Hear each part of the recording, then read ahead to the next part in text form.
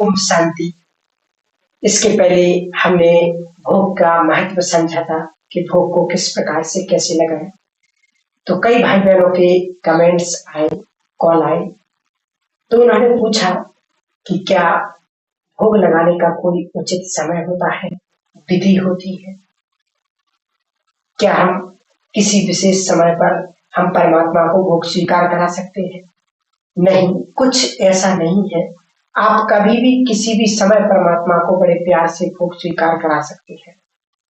हाँ, अगर आपने कोई योग भट्टी आरंभ की है और आप उस योग भट्टी के साथ परमात्मा को भोग स्वीकार करा रहे हैं, तो आपका वो स्थान, वो समय निश्चित रहेगा, अन्यथा ऐसी कोई बात नहीं है।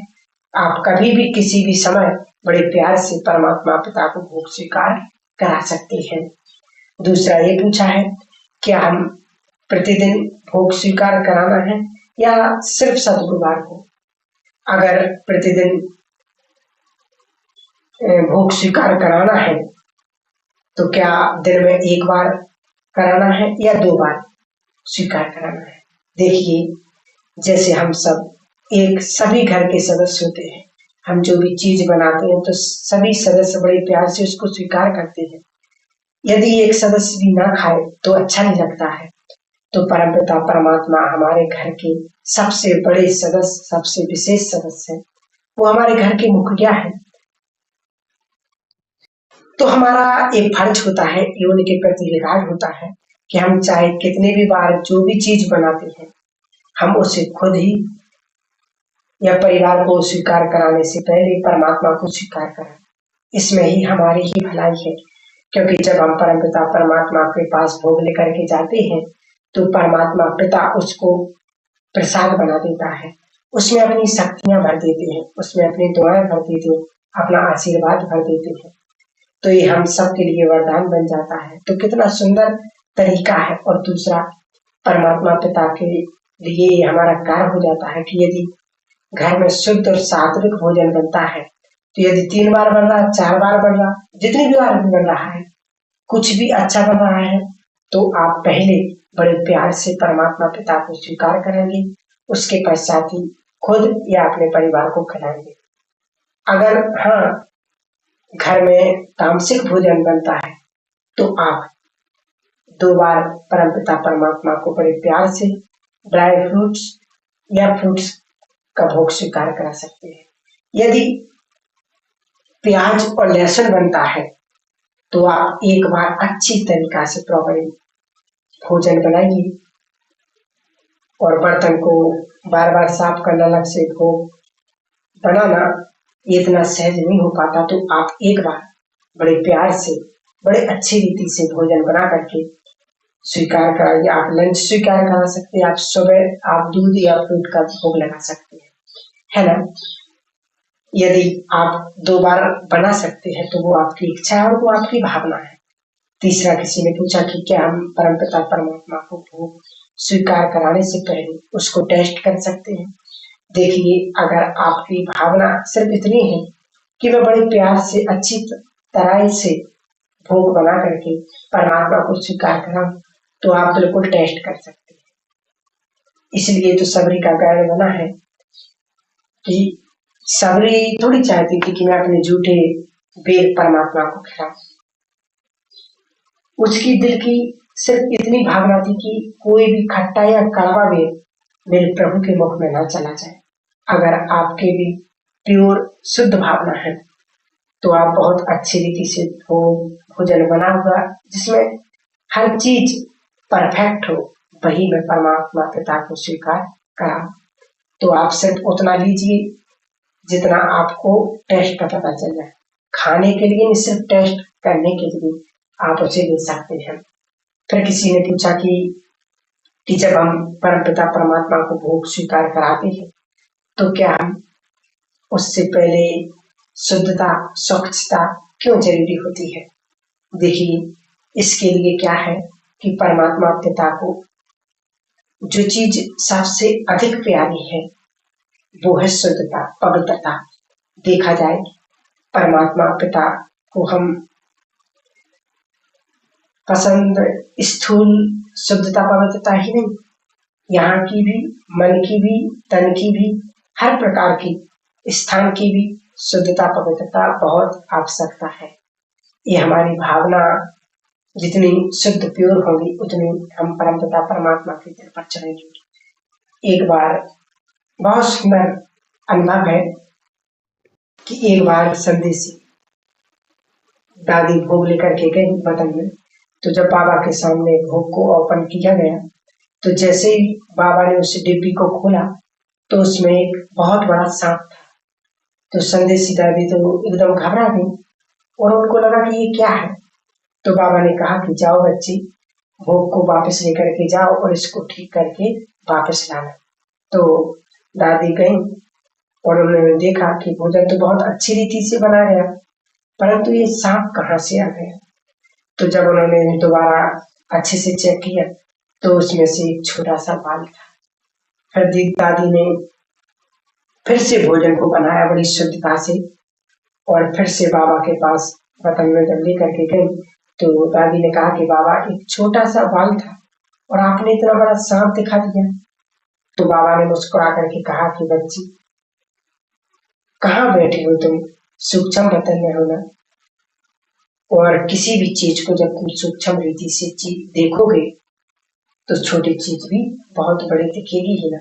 कहने का भाव यही है कि हमारे भोजन की हर एक चीज बहुत शुद्ध ऊपर तक जाती है, क्योंकि जितनी हम शुद्धता होगी, पवित्रता होगी, प्यार होगा, भावना होगी, वो एक एक चीज ऊपर जाएगी और जितना होगा उतना ही हमें रिटर्न कर पाएंगे। इसलिए इससे शुद्धता और पवित्रता का विशेष ध्यान रखा जाए।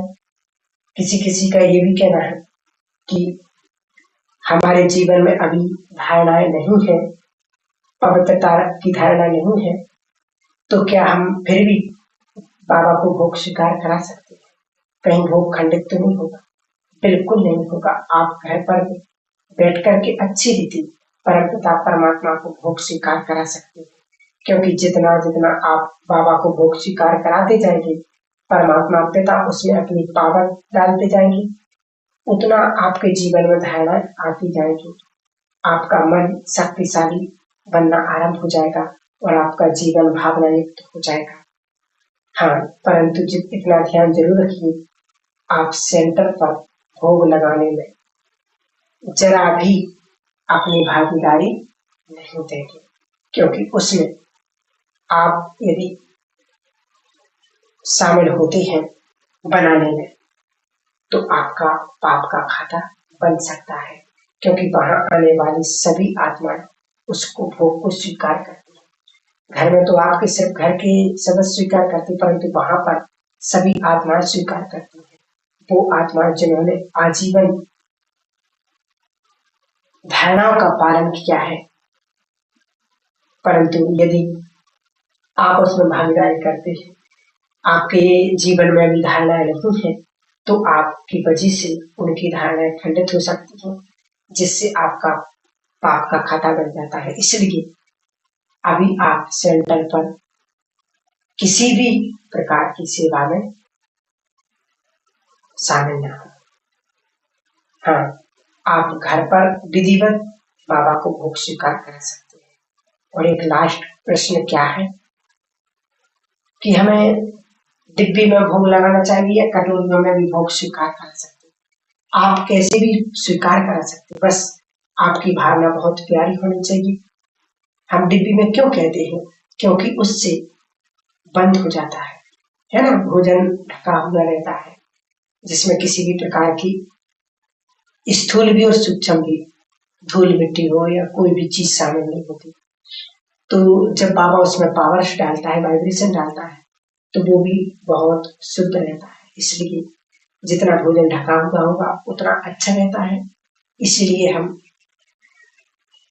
यही कहते हैं कि आप छोटी सी डिब्बियां रखिए, भले स्टील की रखिए, भाई कैसी भी रखिए, जिन बर्तनों में आप खाते हैं और वैसे ही आप बाबा के लिए भी बर्तन रखते हैं, बस इतना ध्यान रखें कि उनके बर्तन अलग होने चाहिए, जैसे उनका रिवाज रहे, उन्हीं बर्तनों में जिनमें हम खुद स्वीकार करते हैं। भले आप 2 बर्तन रखिए, 4 बर्तन रखिए, स्टील के रखिए, चांदी के रखिए, जो भी रखना हो, जो भी आपकी सामर्थ्य हो, इच्छा हो, भावना हो, कोई भी उस चीज में इंटर नहीं करते। सिर्फ आपकी भावना हो और उसकी शुद्धता हो, उसकी पवित्रता हो, तो आप डिब्बी बंद रखेंगे तो अच्छा रहेगा। हाँ, आप भोग में पानी अवश्य रखिएगा, क्योंकि पानी बहुत बहुत वाइब्रेशंस को कैच करता है और वो पानी मन की शक्ति को बढ़ाता है और मन के संकल्पों को पॉजिटिव रखता है।